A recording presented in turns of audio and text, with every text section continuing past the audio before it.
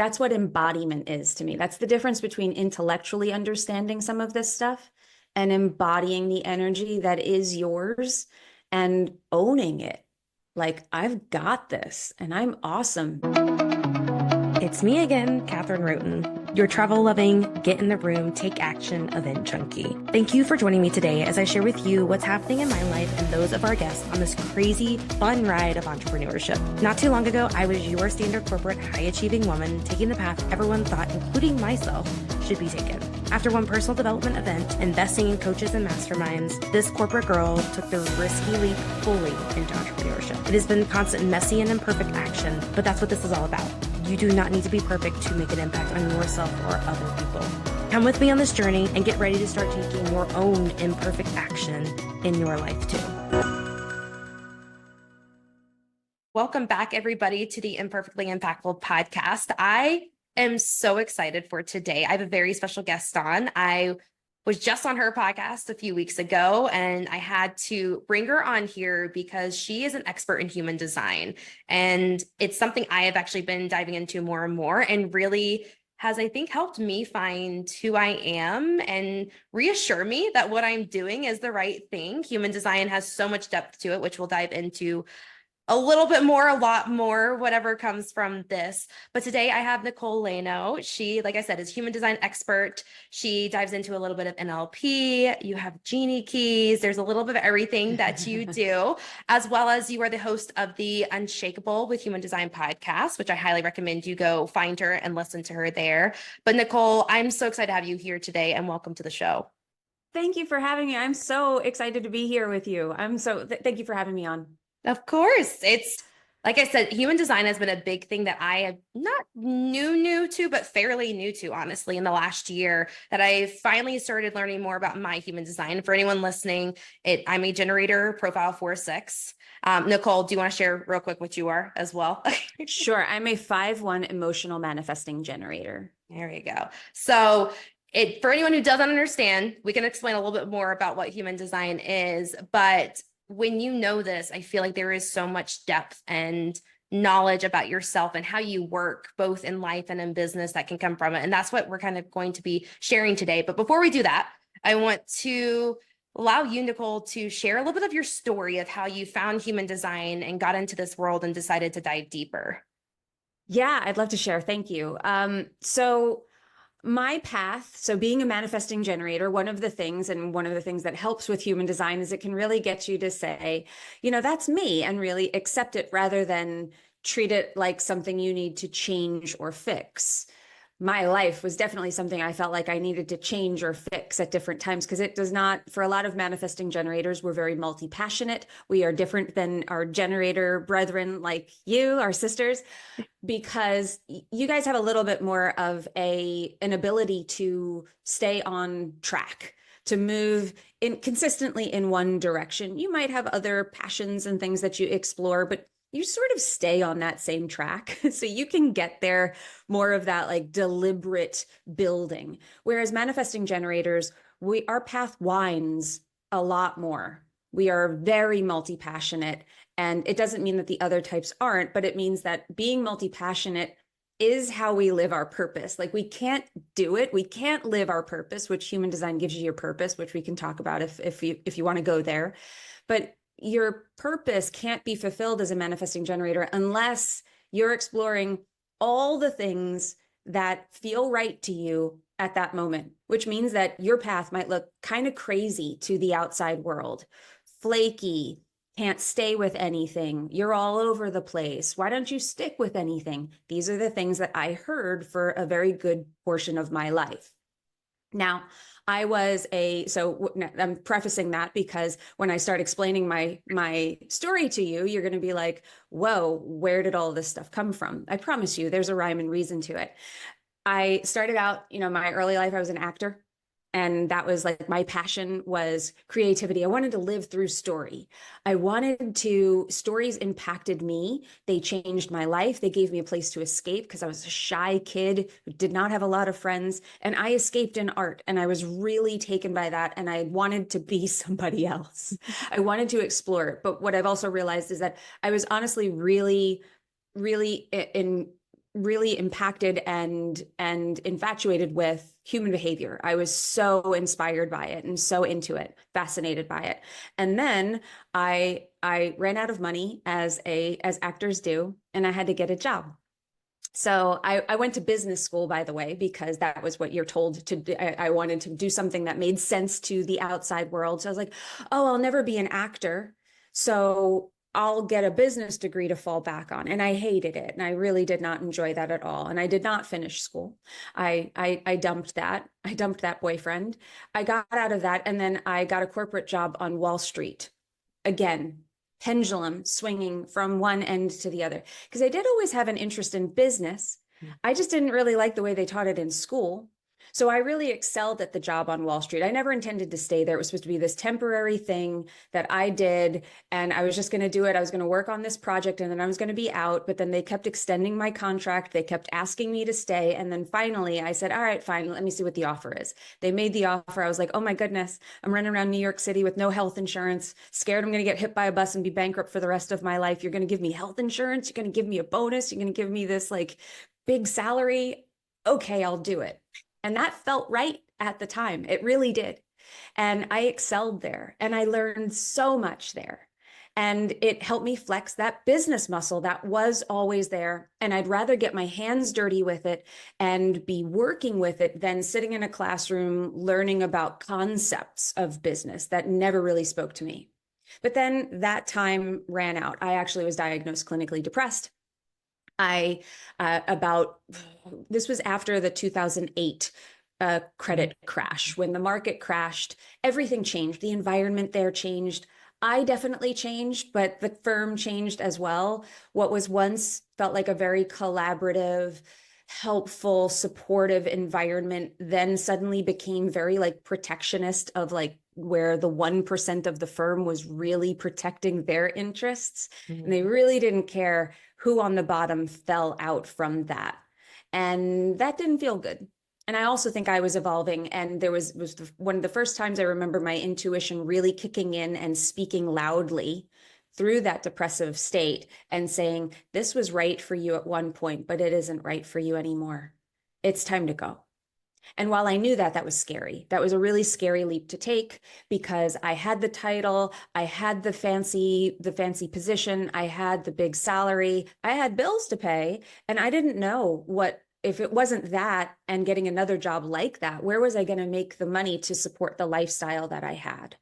But I went to my husband, thankfully, and told him that I wanted to quit and I wanted to move to LA and be an actor again. And God bless him, he said, sure.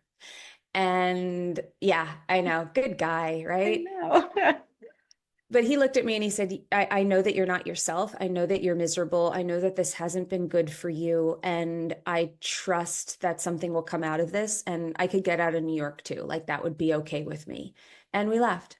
And then that's where entrepreneurship kicked off. When I got to LA, I didn't know what I would do. That was a big leap of faith. I shed an old identity and I did not know what new one I would be putting on. I just knew that the last time I knew how to recognize myself was when I was acting. I felt like I had lost all connection to my own responses, to my own sense of self. I filtered everything through what would be appropriate in that job, in that place, for that thing, for that identity I was holding. So when I shifted, I didn't know what would be next, but I was sort of game for that at the moment where it was like, I know that the change is right. I had to just trust the next step, which is very generatory. I didn't know about human design then, but that was me following my process. It was like, this is a yes, and I'm just going to go toward the yes, and I'm not going to worry about how the yes shows up and what it looks like.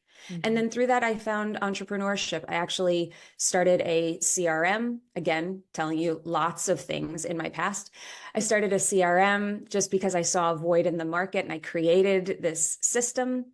And then through that started coaching people. So I was trying to get people to sign up for my CRM and use it and to get their teams to sign on to it and the whole thing. So I had these calls with people and they actually turned into, these were for small, just starting out entrepreneurs was really what the CRM was for. And they didn't know how to run their business and they didn't know a lot of the things that I did know. And so I started informally coaching them and I'm like, I really like this. And then that's where entrepreneurship, you quickly find out that it's a crash course in personal development, and it triggers, nothing will trigger you more than a journey in the entrepreneurial path. And I started to grow my business, and that meant I had to grow me. And through that process, I picked up NLP. I'm a certified NLP practitioner. I'm a certified EFT practitioner, which were all of my ways of trying to break through my blocks, which I don't really call them that anymore. And I got far with those, but human design gave me a map to really see what gifts I had, not just see what was wrong with me. Mhm. And it gave me a process to follow where I started to work with my energy. I started to actually find what worked, not just what didn't work, which was what other modalities really were focusing on. Let's focus on what's not working. Let's really dig into your shadows. Let's really dig into this stuff. And that's part of it. But there was nothing to look, nothing aspirational to really look to. And Mhm. I wasn't good at that. I was not good at just being like, I believe in me. That was not my strong suit. I could see possibility, but I definitely had imposter syndrome. I definitely had feelings of, I have this big calling, but who the hell am I to step into that? And human design was the first thing that gave me this mirror to look back at and say, like, no, look, on this piece of paper, we're actually going to tell you that that is right for you. And here's how you can start working with it. And I just got such tremendous results. I started using it with my clients, and I've never looked back since. Now it's kind of at the center of everything that I do. I was going to say it's the center of your business now, and what you talk about, what you teach, and it's beautiful to see how that blossomed, like from your story, like learning about yourself, but then now how you utilize that to support other entrepreneurs and business owners and everything. It's amazing. I love to see how it's branched out.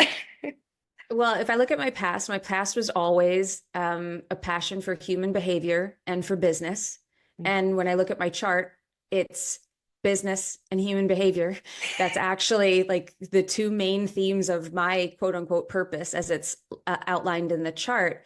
And when you build, I think we're being called now to run businesses and build businesses differently. And if you're building something that is very much fueled on you, where you're the personal brand behind the business, especially, then human design is really a an important key, because it's helping you grow, but also live in your zone of genius. Yes. Really, what that is.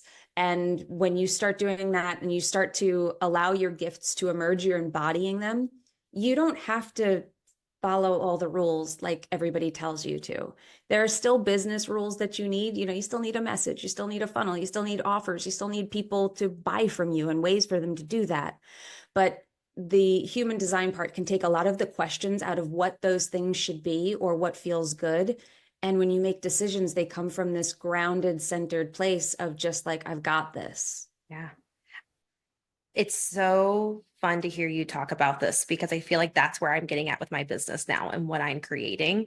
Because so much I have realized, me as a generator, obviously, but then just being surrounded by other entrepreneurs and seeing what they're doing, what you've created, and this idea that energetically you have to be able to show up like fully in that zone of genius. And when you're not, it shows. There's a disconnect that starts to happen. And I started seeing this in events as well, where people are trying to do something that is not right for them. It pulls them out of it, whether it's in the planning process or just in the event itself. If they don't know what works right for them, what's their zone of genius, why they're doing what they're doing, the events start to be very disconnected and they start making decisions that are not right for them and start pulling them into other areas. And this is where I am not shared a ton about what's coming, as you know, but a huge piece has been this energy side and understanding that people need to learn. What is your human design? What is your different gates and things that can help you stay in tune with what is the right decisions for you to make, just like in your business, just like in your life, the same thing when it comes to an event, because an event is just the extension of you and your business ultimately. So I love how this is tied in. So taking all this, you working on yourself, you're tying human design into your business. Who are you now? What is it that you're doing? How's the evolution come to be to this present moment?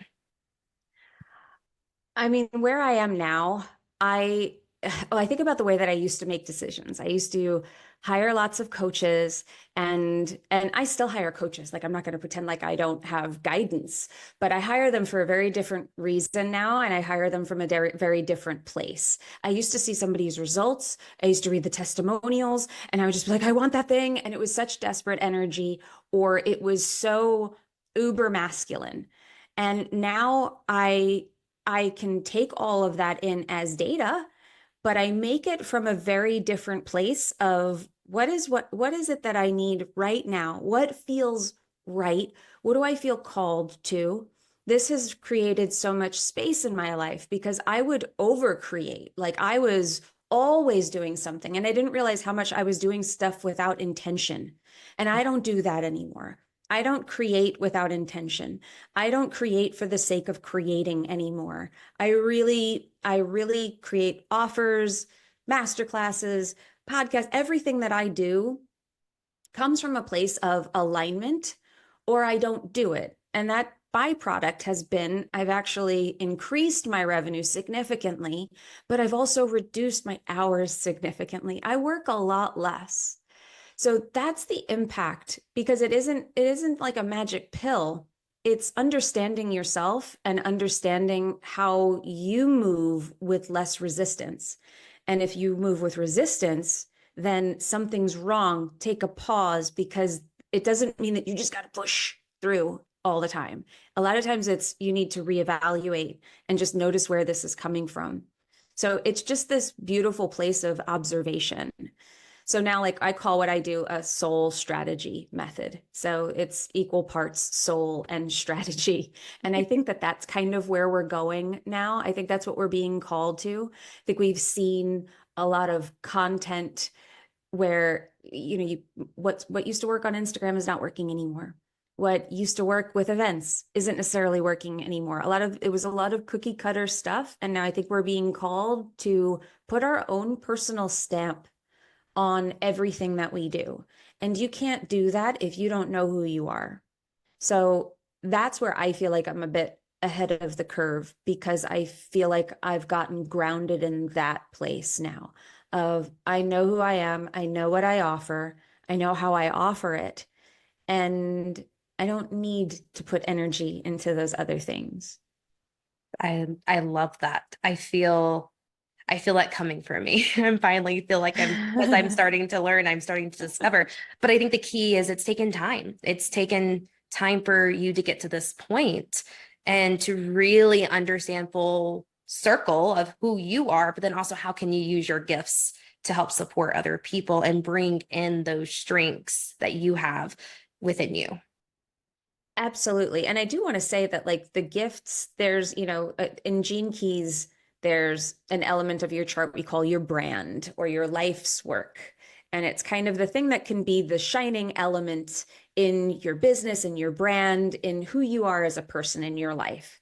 And I love that it's called your life's work because it's not a given, it's the work of your life. So yes, it took me a long time. It also took a lot of I don't want to say effort because it's not like I'm working at it every day, but I'm working at it every day. I'm noticing things. And so it's a journey that Yeah. you're going on. So, and it does take time. And I do think we all have to go through that part of spending a bit more time in our shadows before we can live more of our time in our gifts. Mhm. And that's okay, as long as you're not making that to be a horrible process along the way or shaming and blaming yourself for things being wrong with you. Every shadow contains a gift. And if you can start looking at it that way, that journey becomes a lot more fun, a lot easier, and much more fruitful. So, for our listeners and listening in and all this, can you help now make this connection of how the human design can really help them become this authority and like let them lean into their gifts? I mean, ultimately is what that is, but stepping into their authority of who they are and in their space, whether it's business and in life. Can you share a little bit about what that looks like? Sure, I would love to. I always say you can't be an authority to others until you're an authority to yourself. Mm, And so if you're looking to outside sources, if you are outsourcing your own authority, if you're in desperate energy trying to get something all the time, people pick up on that. People are picking up on it's not about if you say everything perfectly. It's not about if you have the perfect message. You need a message, but it doesn't have to be the perfect message. People are attracted to people who feel centered and grounded and have, and honestly, they're energetically attracted to that aspect of them. That can't happen when you are off, not in a way that you want. Usually you attract the wrong people, or you're attracting in a low frequency way. And we don't want that because that's not where growth comes from. But authority, so human design gives everybody their own authority. You get an authority by your design. So this is why books and other teachings gurus might tell you, like, oh, and this is how you tune into your intuition, or this is how you make decisions, or this is what you should be doing for your routine. If you get up at 5 a.m. every day, then you'll be an authority too. You'll be a leader. That might work for them, but it's not what works for everybody. We're all built differently, and human design takes that into account and helps you figure out, how are you built? How does your intuition talk to you? What makes you an authority? So human design will tell you what is your zone of genius. So what's that area where when you speak about it, people are just going to go, I believe that from her. So mine, there are certain themes in my chart that, now I don't look at a chart and, like, I'll use myself as an example. I didn't look at my chart and say, like, okay, well, it's the gate of commitment. So I'm going to talk about commitment. That's not it's not that literal. Usually great things don't come from that. It might start there, but we want to work more with that, get a little bit more creative with it. But for me, the gate of commitment is my messaging gate, so to speak. So I do tell people to help commit to the things that are right for them. Say yes to the right things and no to the wrong things. Have the courage to do that. And I do that through human design. So when I ground into that, people just get a vibe of, like, I get that from her. Now, if I talk to them about talking to their angels, or if I talk to them about balancing their budget, or if that's not my energy, that's not my expertise, that's not what I am naturally an authority in. So I have to take that and say, well, I'm going to say no to the things that are not really right for me, because when I just focus on what I really do have in my zone of genius, I don't have to do a lot of work. People get that. My life's work, my brand it's called the gate of confusion. But I had to go through a lot of confusion to get to clarity. Mhm. And I think I speak about what I do, an esoteric topic, with a lot of clarity. People get that from me. And if they want clarity, maybe they feel like I'm the person that can give that to them, because I've actually had to work through all the confusing stuff that they're confused about. And I can probably explain that in a way that they can understand. And that's what I'm good at. And what am I good at in that confusion place, and that gate, and what it has for me is I can see possibility beyond what is right in front of us. That's sort of the other aspect of this gate, that it's not just about the physical reality. There is something cosmic going on. There is consciousness that we have to look at. We have to get past our past so that we can see it differently, so that we can create a new future. These are all themes that come along with it. Now, you don't hear me putting that on my sales page necessarily. However, there's an essence to it that I bring to my brand. And when I stepped into that, when I started to realize that some of the things that I felt were calling to me for probably my whole life in different ways, what was calling to me through acting, what was calling to me through business, what was calling to me through the other things that I've done. But I didn't feel big enough to fill the shoes of this big thing that I was being spoken to by. I I saw it in the chart and I was like, that is me. And every day I got a little bit more comfortable with it. And when I got more comfortable with it, I got more confidence. When I started to speak about it, when I started to just focus on those things, not just talking about them, but actually growing into them myself, to see the shadow, to notice it, and to be able to step into the gift. When you use it as a process for finding your magic, which is really what it helps you do, you naturally become an authority in that place that you are energetically designed to be an authority in. And then human design gives you that decision-making aspect. Everybody gets their authority. You and I are both emotional authorities. So we have to kind of hang out with things before we feel really ready to pull the trigger. Now, some people might tell us that we're indecisive or we're taking too long or why haven't you done it yet? And I get that from my friends who are not emotional. And I used to move not on my process, but theirs. And that's me giving my power away. And then I don't feel good about that decision. And then I'm out of my authority. They became my authority, not me. My process of saying, that's just not my process, babe. I got to hang with it. You know me. I'll let you know when I'm ready. And when I'm ready, I will move. And I will move fast and I will move boldly. So taking that authority back to yourself is honestly something that most people who work with me, when they come in, they think they're doing it already. But then they see how much they're really outsourcing that authority. And when you bring it inside, there's just like a grounding that happens where it's just like, ain't nobody gonna move me.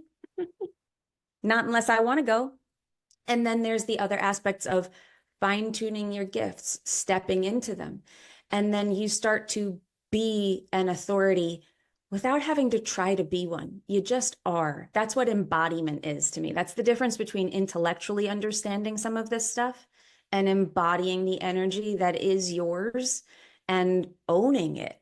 Like, I've got this and I'm awesome. And, I don't know, this was God's memo to me. This is who I'm here to be. And I'm finally ready to step into that. That's how that's how when I work with people, getting them to step into their authority. And then it's about building a platform so that you're not hiding it, that you're actually putting it out there. So I teach people how to build podcasts that monetize, but this totally extends to events. This totally extends to, your world of being able to claim your stage and to do that from a place of intention. I I see so much of myself as you were talking of what I've experienced in just the last 6 months. I mean, the idea that I'll be honest, I have felt like this week, I have felt so grounded in who I am and what I'm doing for the first time in a very long time.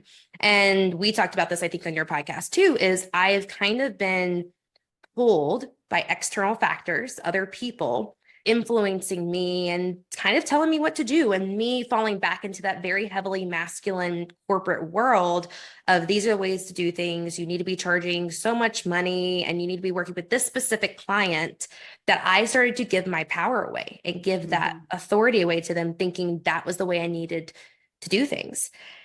At the same time, I've had an idea since May that, in all honesty, was the most aligned idea and creative side of me I probably have ever come out, that I am finally leaning into, and it makes complete sense. I'm not running for the high amount of dollars. I'm not trying to charge thousands and tens of thousands of dollars to help you with their events.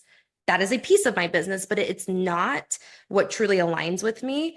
It is building community. It is being able to teach. It is being able to do these things. And you know this because we've talked about it. It lines up so much more with who I am.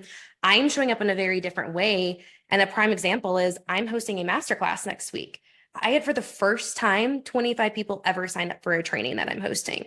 I have had the max, like maybe 3 people, but it's because I was showing up in such a different way that was not me. People could tell there was just something off when I would show up and try to share what I was doing, because the true excitement and my energy was just like, this isn't right. This isn't me.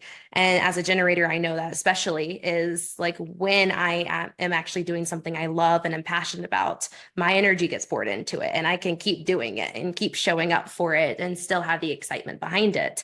And now I'm seeing that. So I just want to confirm what you're saying to those of you listening is, listen to the nudges and learn. Get curious about your human design. Get curious about where you're feeling drawn to and when something doesn't feel right. Because if you don't get curious about it and lean into that and learn, you're missing out on something probably, or there's something else there that you don't know. And until you get curious, you won't really know about. Well, that's why I think, we hear a lot in this industry that, sales are down and people aren't buying like they used to.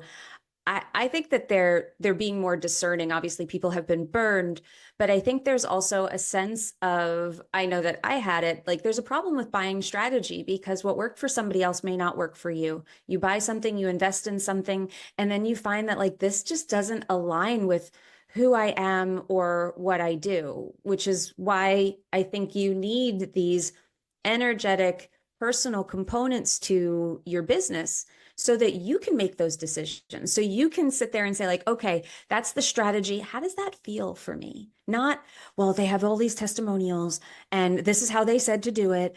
And I had a coach that told me, you got to build one offer, you got to stay with one offer, you have to build it one way, one ideal client. And I mean, that was her hammering away at it. And that's what worked for her. And I can almost guarantee she's a generator. I don't know if she is, but I can almost guarantee she's not a manifesting generator because it's literally my energy needs to go to other things. Now, I can do that in a way that's not distracted, in a way that doesn't steal my energy from other things.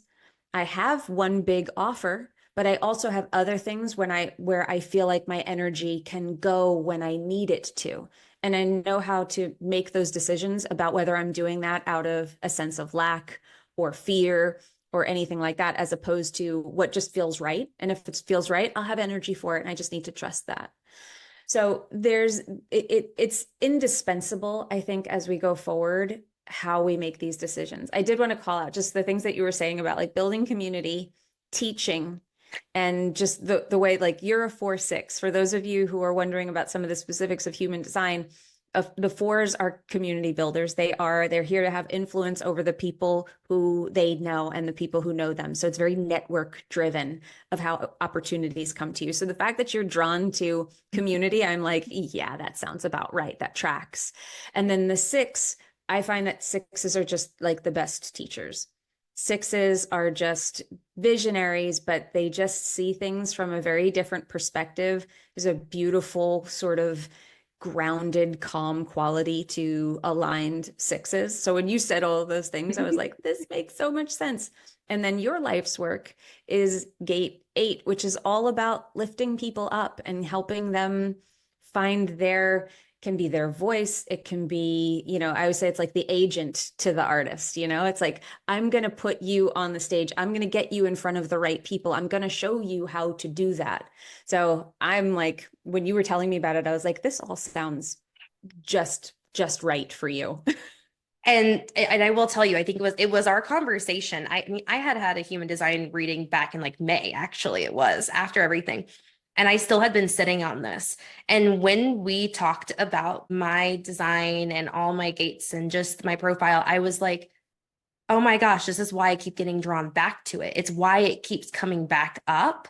And it also just like was that affirmation of that I am on the right track. This isn't some crazy idea, something that's very different, because it is so different than what really any coach or anyone else has ever kind of guided me on. And it was like, this is very different. But again, proof that we all are meant to do it in a different way. What works for someone else might not work for the other person. And we can give away our power, so it makes us feel less confident doing the things that really are right for us. So I always say, like, it gives you the permission to go all in on the stuff that you feel connected to and that you feel purpose in. So I love that you got that even just in these last few months, and that our conversation helped you feel. Do you feel more like an authority taking a step in a direction that you chose versus one that someone gave you and you outsourced your authority? Like, do you feel more like an authority yourself just for taking that step? 100%. Because Yes. it's coming from me, and I know how aligned it is, and energetically I'm showing up so differently. I can see it, and I know other people are seeing it. Just what people are telling me, and when I share little bits and pieces, or even if I'm not talking about my new offer specifically that I'm building, but just in general what I start to talk about, I am very different showing up than I was before. Yep. I So love it. It's my yes. favorite thing. Okay, so Nicole, this has been incredible. Now, how can people connect with you? How can they get into your world? What do you have going on right now? Sure. I actually, well, you can always listen to my podcast. It's Unshakable with Human Design. Everywhere podcasts are available, you can find us there. But you can also go to NicoleLaino.com/impactful. That's the page that we created for this show. I have a couple of free guides up there. You can also run your human design chart, which you'll get a little video about your type if you sign up for that. but we have a couple of other free guides for you. We have a deconditioning guide, and then we also have a few other guides that might be really impactful for you there, that will help you figure out yourself so that you can figure out your path in business. So we have a couple of them handpicked for you there. So please check those out. Wonderful. Well, Nicole, thank you so much. I always enjoy our conversations. I'm just so grateful that we met back in Arizona and have stayed connected since then. So thank you so much for being here today. Thank you. And guys, thank you so much for listening in. We will see you next time on Imperfectly Impactful. Thank you for joining us today. If you know someone who could benefit from my message or our guest, don't hesitate to share this episode with them. Together, we can create a supportive community that embraces imperfection and is learning what makes us truly impactful. So until our next episode, keep celebrating your imperfections and cultivating self-acceptance. I believe in you.